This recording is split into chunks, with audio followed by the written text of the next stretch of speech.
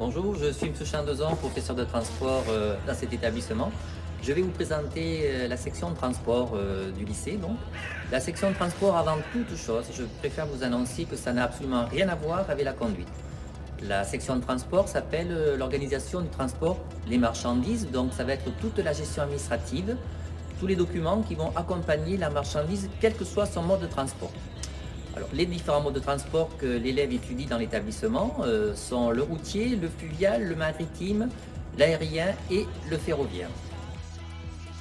Ces cours sont scindés en deux grandes parties. Vous avez le transport national et le transport international. Les élèves voient la douane et les incoterms, sachant que les incoterms, ce sont les conditions internationales de vente avec les pays étrangers.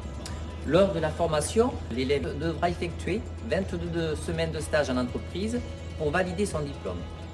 Les prérequis donc qu'il faut avoir dans cette formation, c'est des connaissances en géographie, parce que bon, il y a des points d'un point A à un point B pour acheminer la marchandise, donc il faut quand même situer un peu comment va se mettre en place la prestation. Nous avons appris aussi les élèves, il faut qu'ils aient des connaissances en mathématiques, parce qu'on va aborder tout ce qui est cotation, tout ce qui est tarification. Après, le domaine aussi où on demande, le prérequis, c'est surtout être dynamique, parce que c'est un domaine en perpétuel mouvement. Et le dernier point à ne pas négliger, il faut avoir quand même un bon niveau en langue. Et si on parle une à deux langues, lors de l'entretien d'embauche, c'est un plus. Étiqueté section européenne espagnole, des cours de transport sont donnés en espagnol afin d'obtenir la mention section européenne espagnole sur son diplôme. Nous sommes dans l'agora du lycée, sachant que tout ce qui est rez-de-chaussée, nous allons trouver tout ce qui est entrepôt et les ateliers industriels. Par contre, nous avons deux étages où nous trouverons donc tout ce qui est les cours pour l'enseignement général. Nous allons donc répondre au questionnaire. Quelqu'un peut me lire la première question?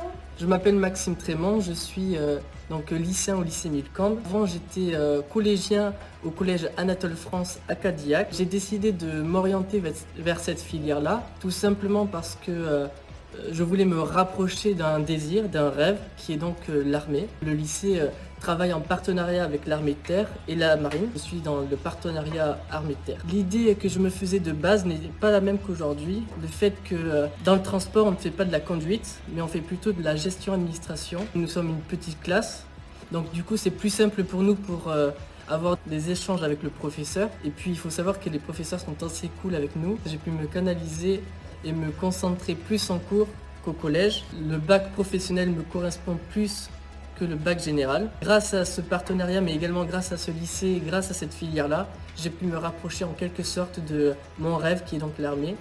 Et donc du coup, je vous incite à toutes et à tous d'intégrer le bac transport. Donc vous répondez à cette question grâce à quel document? Voilà, la grille tarifaire. Donc c'est simple, hein? Quels sont les aéroports de départ qui permettent d'envoyer une marchandise en ULD dans les DOM? Alors, quels sont les aéroports qui permettent ces envois? Paris, Bordeaux, Lille, Marseille. Voilà, donc on voit ces infos sur le document A. Bonjour à tous, je m'appelle Nicolas Charpentier, je suis élève en terminale transport au lycée Millecomb. Bonjour, je m'appelle Brice Monnier et je suis lycéen au lycée professionnel Millecomb. Ce qu'il y a de différent en rentrant dans le transport, eh bien c'est simple, c'est une matière en plus qui n'est pas compliquée et c'est plus des maths en général. La filière elle est intéressante et variée, donc il y a du transport national et international. Donc il y a le transport, on fait du transport routier, du transport maritime, du transport fluvial, du transport aérien et du transport ferroviaire. Et le plus de la voie professionnelle, c'est qu'on a des stages en entreprise qui sont enrichissants, qui sont valorisants pour nos futures expériences. Et en entreprise, on est de plus en plus autonome. Pour moi, la filière transport est une filière qui a de l'avenir, car de plus en plus les gens commandent sur Internet.